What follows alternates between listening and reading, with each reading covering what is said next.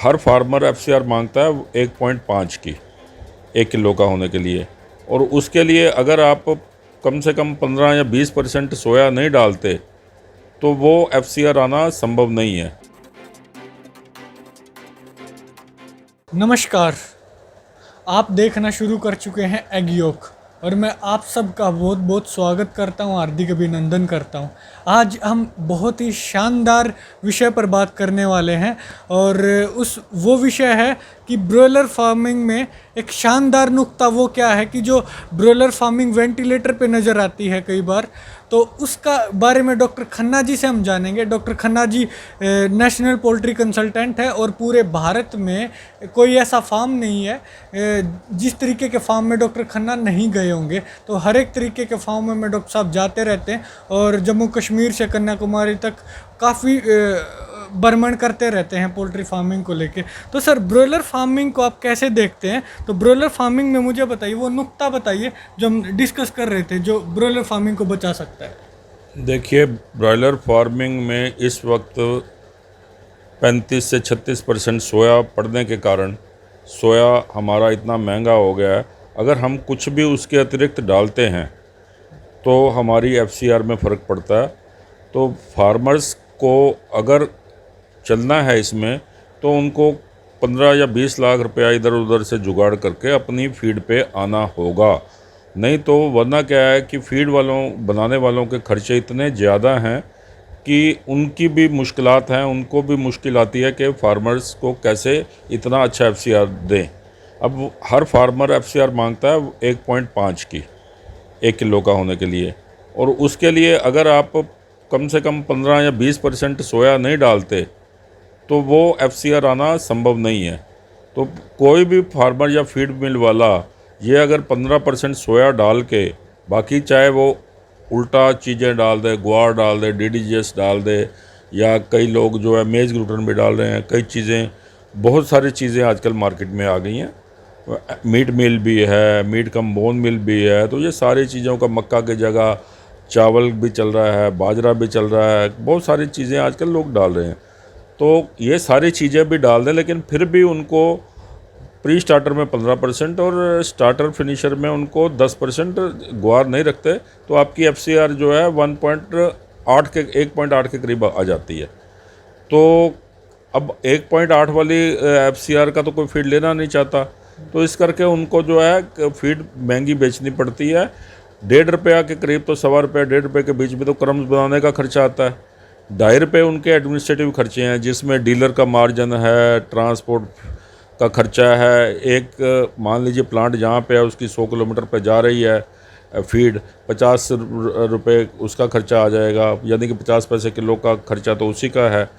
और उसके अतिरिक्त उनका बोरी का है, श्रिंकेज है, चूहे खा रहे हैं, फिर उन्होंने जो माल सामान इतनी देर से लिया हुआ है उसका जो है ब्याज पड़ रहा है। तो ये सारे अगर खर्चे लगाएं तो उसको जो भी फीड बेचने वाला है वो 2.5 रुपये तो पहले अपने एडमिनिस्ट्रेटिव खर्चे रखेगा। एडमिनिस्ट्रेटिव का मतलब है दफ्तर के खर्चे, लेबर के खर्चे, गेट कीपर के खर्चे, वो सारे अपने खर्चे 2.5 रुपये रखेगा। उसके बाद डीलर का मार्जिन भी रखेगा। तो ये सारी चीज़ें रखने के बाद 1 रुपया किलो वो भी कमाएगा। तो कुल मिला के आपको अगर 45 रुपये किलो फीड कॉस्ट कर रही है तो उसके घर में तो 41 रुपये तो उसको पड़ ही रही है जो फीड बनाने वाला है। तो वो रुपया ऊपर कमाएगा भी, उसके ऊपर भी कमाएगा। यानी कि उसको अगर अपनी फीड 37 या 38 रुपये की बनाएगा तब आपको 45 रुपये की पड़ेगी वो फीड। तो मेरा कहने का मतलब है कि आप 5 रुपये तक के खर्चे आप 1 किलो के पीछे 4 से 5 रुपये खर्चा आता ही आता है। ये उसकी मजबूरी है फीड मिल वाले की, क्रम्स बनाना है, सब कुछ है। आप क्यों इस चक्कर में पड़े हुए हो कि 1.5 की एफसीआर ली जाए? आप भी 1.8 की, वैसे भी 1.8 की आती है, आप बाज़ार की भी 1.5 की एफसीआर वाली फीड लेते हो, वो भी आपके पास 1.5 नहीं आती, 1.65 आएगी या 1.7 भी आ जाती है। तो वो एफसीआर कहना मुश्किल है कि भैया 1.5 की एफसीआर आएगी अगर आप महंगी फीड डालोगे। ऐसा कुछ नहीं है। मैं तो सिर्फ़ और सिर्फ यही कहना चाहता हूँ इंडस्ट्री में कि काफ़ी इंडस्ट्री तो बंद हो भी गई है और होने के कगार पे भी है, और ये ब्रॉयलर के रेट भी जो हैं इतने महंगे इसीलिए हैं क्योंकि लोगों ने ब्रॉयलर नहीं डाला हुआ, प्लेसमेंट नहीं है। तो आप लोग क्यों नहीं काम करते हैं कि, और बहुत से लोग कंपनीज में शिफ्ट कर गए हैं। कंपनी का शिफ्ट होने का मतलब ये है, इंटीग्रेशन का मतलब है कि आपका दाल फुल्का, दाल रोटी खा सकते हो आप। जो पहले अपने घर में अच्छी ऐश की ज़िंदगी जीते थे या बच्चे पढ़ाने के लिए अच्छा रॉयल आप रहते थे, वो एक किस्म की ग़ुलामी वाली ज़िंदगी आप कर रहे हो। मैं ये नहीं कहता कि आप इनको छोड़ दीजिए, जो इंटीग्रेशन है। जिसके पास पैसे की प्रॉब्लम है, नहीं कर सकता, वो इंटीग्रेशन में रहे।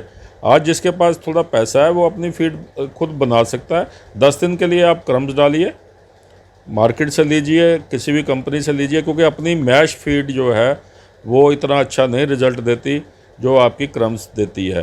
कहने का मतलब है, जब आपके पास क्रम्स आता है वो आपको 180 से 200 ग्राम क्रम जो है पहले 8-9 दिन में, 8 दिन में ये वज़न दे देता है। अगर मैश आप रखते हो तो मैश में इतना आपको वज़न नहीं मिलता है, वो 100-150 या 160 ग्राम से ऊपर बढ़ नहीं जाता मैश से।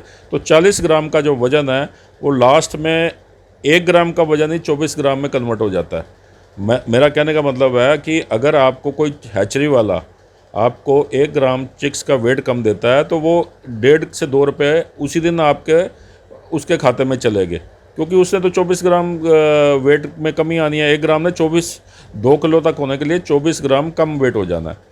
इसी तरीके से जो वज़न आपने पहले हफ्ते लिया उसका 10 गुना वज़न आपका बेचने पर आएगा। यानी कि अगर आपने 200 ग्राम का 7 दिन में वेट ले लिया तो 2 किलो का हो जाएगा 35 दिन में, और अगर आपने 160 ग्राम लिया तो 1600 ग्राम।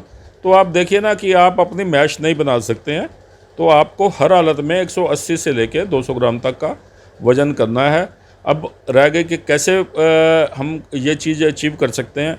आज मार्केट में हमने काफ़ी लोगों के फार्मूलेशंस किए हैं, उसमें हमने एमबीएम भी यूज़ किया। एमबीएम सोया से सस्ता पड़ रहा है, काफ़ी सस्ता है। आज 58-60 रुपये का एमबीएम मिल जाता है, और उसमें प्रोटीन का मात्रा जो है उसके सोया के बराबर ही है। ठीक है, डाइजेस्टिबिलिटी थोड़ी कम है, लेकिन इतनी डाइजेस्टिबिलिटी कम नहीं है कि 75% डाइजेस्टिबिलिटी है उसकी 90 है। तो कॉस्ट में तो बहुत भारी अंतर आ रहा है उसका, और हम वैसे भी ऊपर से तेल भी डालते हैं, इसके अंदर तेल भी है। तो एमबीएम एक अच्छा साधन है, हम डाल सकते हैं। उसके अगर साउथ के दक्षिण के फार्मर हैं तो बहुत सारे कारगिल ने प्लांट खोल रखे हैं, उनको ये मिल जाता है, मेज़ ग्लूटन मिल जाता है। नॉर्थ में भी मेज़ ग्लूटन मिल रहा है, मेज़ डीडीजीएस भी मिल रहा है, इन नॉर्थ में भी मिल रहा है, साउथ में भी मिल रहा है। मेज़ फाइबर मिल रहा है, मेज़ फाइबर हमारे उत्तराखंड में खूब मिल रहा है। तो ये सारे के सारे प्रोटीन के रिप्लेसमेंट हैं सोया के लिए। सिर्फ फ़र्क इतना है कि उसके पास जो पैसा खर्च कर सकता है उसको नंबर ऑफ़ आइटम्स, यानी कि मटेरियल ज़्यादा लेने पड़ेंगे जो कि सोया का बराबरी कर सके। वो मटेरियल क्या क्या है जो हम डाल रहे हैं और हमें 1.7 की या 1.75 की एवरेज मिल रही है, वो मटेरियल हैं आपके ग्वार मील डाल रहे हैं हम लोग, आपका डीडीजीएस भी डाल रहे हैं, आपका एमबीएम डाल रहे हैं, और जो दक्षिण के फार्मर हैं वो इसका आपका राइस ग्लूटन डाल रहे हैं या राइस आपका मेज डीडीजीएस भी डाल रहे हैं। तो ये सारे आइटम से मिला के आपको अगर 0.15 FCR का फ़र्क पड़ता है, और जो फीड है वो घर में आज मैं देख रहा हूँ कि 34-35 रुपये की बन जाती है। तो आपको अगर 5 रुपये किलो फीड सस्ती बनती है और एक ब्रॉयलर के पीछे 3 किलो फीड खाता है, तो 14-15 रुपये का आपका फ़र्क आ गया ना। 2 किलो का होने के लिए 3 किलो फीड खा रहा है, तो 15 रुपये का फ़र्क आप खाली और खाली फीड में दे रहे हो, जो आपका प्रॉफिट होना था। तो मेरे समझ में आप लोग कुछ अपना ग्राइंडर मिक्सर लगाएं जिसमें आपका 15-20 लाख का मैक्सिमम खर्चा है। 15-20 लाख का आप ग्राइंडर मिक्सचर लगा के उसके साथ अपना 1 टन वाला लगा लीजिए आपका कैपेसिटी का। उसके बाद आप मॉल 4-5 मिलके आदमी छोटे छोटे फार्मर मिलके आप ये सामान का जुगाड़ कर लीजिए, अपना सामान परचेज़ कर लीजिए 4-5 आइटम, और फिर एक फार्मूला ये बना के आप 15 रुपये तक एक ब्रॉयलर में एक्स्ट्रा कमा सकते हैं अगर एक रेडीमेड फीड बाज़ार से लेते हैं, क्योंकि उनके तो खर्चे हैं। वो ये नहीं है कि आपको ख़राब फीड दे रहे हैं, कोई कंपनी ख़राब फीड नहीं देता। उन्होंने रेपुटेशन, मैं ये कह रहा हूँ कि आप अपनी FCR को भूल जाइए कि हमने 1.5 लेनी है, आप सोचिए कि हमने 1.7 लेनी है FCR। तो तब भी आपको प्रॉफिट जो है ना, जो फीड है वो 6 से 7 रुपये किलो मार्केट से मिल जाती है और आपके प्रॉफिट मार्जिन बढ़ सकते हैं। डॉक्टर साहब, मेरा सवाल अब ये है, अगर मैं लेयर फार्मरों को देखूं तो लेयर फार्मिंग, जो फार्मर फार्मिंग कर रहा है वो करता ही रहता है, वो अपनी पूरी उम्र गुजार देता है और उसकी आने वाली कई पीढ़ियां भी वो फार्मिंग करती रहती हैं। अगर मैं ब्रॉयलर की बात करता हूं तो ब्रॉयलर फार्मर क्या होते हैं कि वो पूरी लाइफ उम्र तो क्या, वो 10 से 15 साल करके ही छोड़ देते हैं। तो ऐसा क्यों है सर? ये इस पे थोड़ा प्रकाश डालिए, अपने अनुभव से बताइए हमें। देखिए, ब्रॉयलर फार्मिंग एक फार्मिंग नहीं, एक जुआ है। और बहुत से फार्मर्स को, क्योंकि जैसे हड्डी का खून मुंह पे लग गया, वो छूटता नहीं है। बहुत से फार्मर जो है इसी चक्कर में है कि यार एक फार्म बन गया है, अब क्या है कि छोड़ेंगे। बच्चे तो बड़ी दूर की बात, खुद ही 10 साल के बाद वो फार्म किराए पे चढ़ जाता है या फिर वो कंपनी के पास चला जाता है। एक एक फार्म 10-10 बार देखा है हमने कि किराए पे चल रहा है। उसके मेन कारण आपके फीड ही है, क्योंकि हैचरी फार्मर्स की कुछ यूनियन है। जैसे ही आपके ब्रॉयलर का मार्केट में रेट बढ़ता है, वो चिक्स का रेट उस हिसाब से बढ़ा देते हैं। तो फार्मर का हिस्से में साल में अगर वो 6 या 7 फसलें निकालता है ब्रॉयलर की, उसके हिस्से में एक ही फसल मिलती है।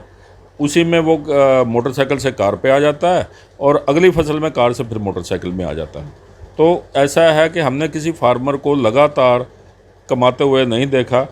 दूसरी चीज़ क्या है कि लेयर फार्म का ऐसा हिसाब किताब है कि अंडे का हर टाइम शॉर्टेज रहता है। अगर शॉर्टेज नहीं है, कम बिक रहा है, तो कोल्ड स्टोर भी है। तो ब्रॉयलर में ठीक है, कुछ लोग कोल्ड स्टोर लगाते हैं, ब्लास्ट करते हैं, उसको ब्लास्ट फ्रीज़र बोलते हैं, -डिग्री पे रखते हैं। लेकिन क्योंकि बहुत ज़्यादा पॉपुलेशन हमारी कुछ कम्युनिटीज़ की ऐसी है जो फ्रोज़न मीट खाती नहीं हिंदुस्तान में। बाहर में इंडिया, बांग्लादेश, पाकिस्तान में कुछ लोग फ्रोज़न मीट नहीं खाते हैं, वो ताज़ा कटा हुआ ही खाते हैं। इस कारण के इंडिया में वो पॉपुलर नहीं हो सका इतना, जो फ्रोज़न मीट की मार्केट है। नो डाउट 10% आज भी होगी इंडिया में, लेकिन बहुत ज़्यादा मार्केट नहीं है उसकी। तो मेरा जो कहने का तात्पर्य यही है कि हमारे रिटेल काउंटर नहीं है फार्मर्स के पास। अगर रिटेल काउंटर खोलता भी है फ्रोज़न मीट का, तो उसका कंज्यूमर नहीं है।